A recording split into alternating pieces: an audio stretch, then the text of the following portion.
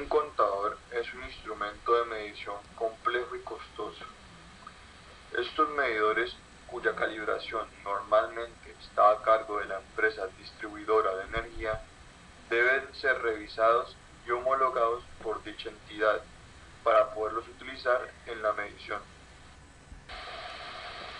Tipos de contadores.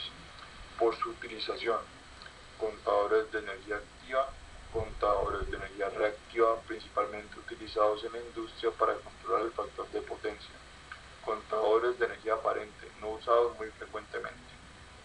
Por su número de elementos: contadores monofásicos, tienen un solo elemento, compuesto por una bobina de tensión, una bobina de corriente, un estator y un disco. Contadores trifásicos, tienen 2 o 3 bobinas de tensión, bobinas de corriente, un solo estator y un disco sobre el cual se ejercen todos los torques.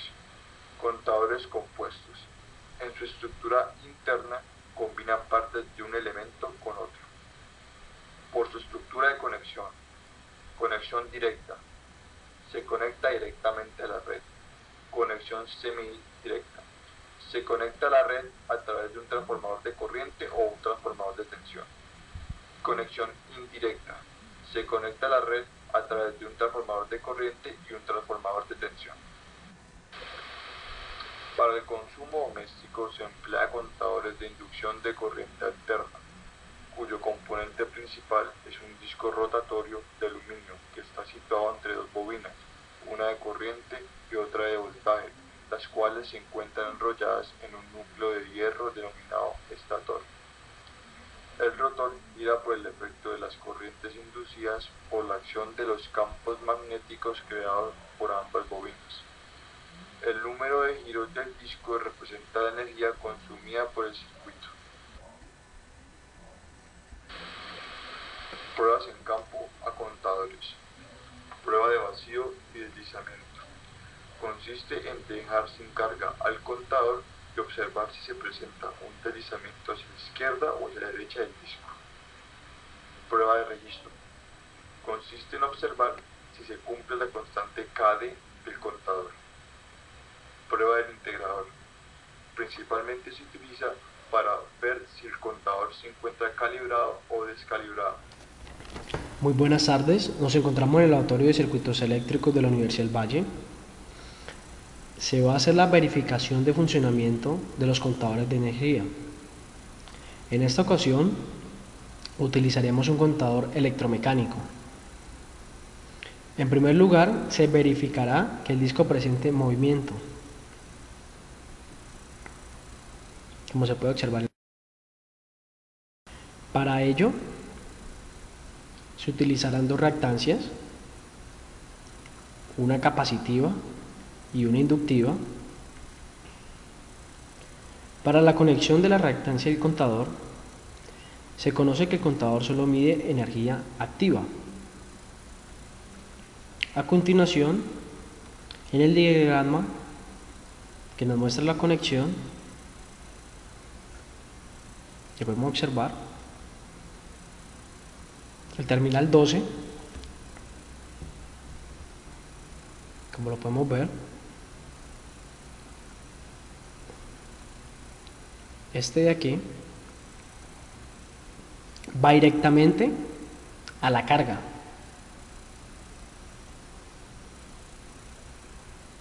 Ahí lo podemos observar.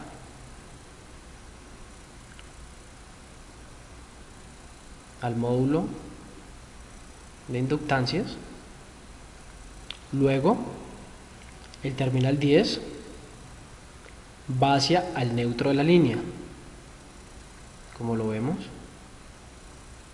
pasando por los nodos hasta el neutro. Ahora, el terminal 9 nos indica que va dirigido hacia la carga. Como lo podemos ver, la carga capacitiva. Por último, el terminal 7 se dirige hacia la línea.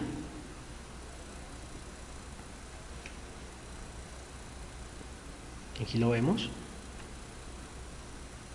Como se puede observar, algo para tener en cuenta son las siguientes circunstancias: que en la reactancia capacitiva C1 y C2 se deben encontrar en serie, en la reactancia inductiva L1 y L2 igualmente en serie, y la reactancia inductiva y capacitiva equivalentes se deben encontrar en paralelo. Esto con el hecho de comprobar de que, aun siendo un circuito con reactancias, el contador presentará un leve movimiento en el disco, porque las bobinas en su estructura interna tienen resistencias, observándolo a continuación.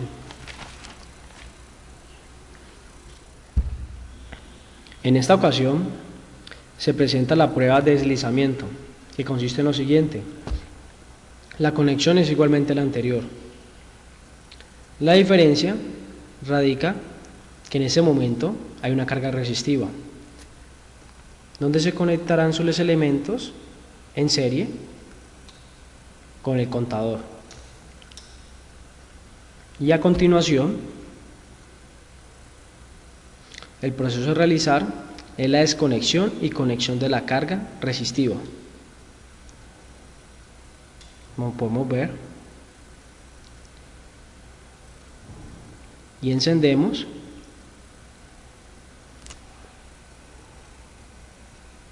y verificamos el movimiento del disco, que va en sentido contrario al de las manecillas del reloj, y al momento de la desconexión se presentará un movimiento en el otro sentido.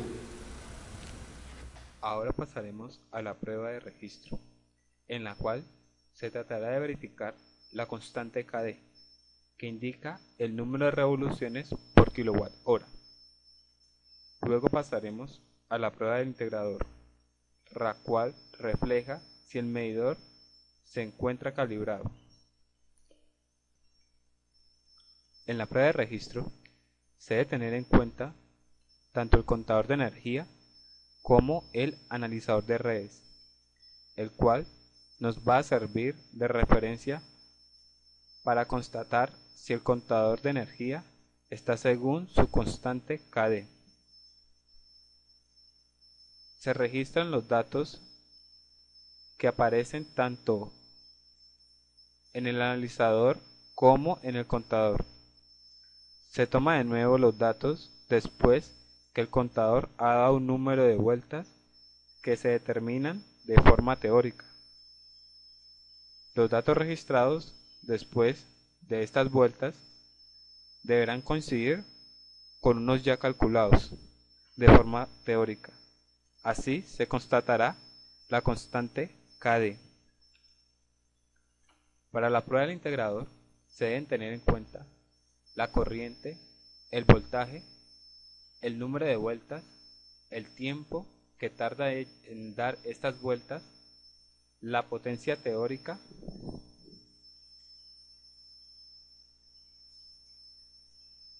la potencia estimada.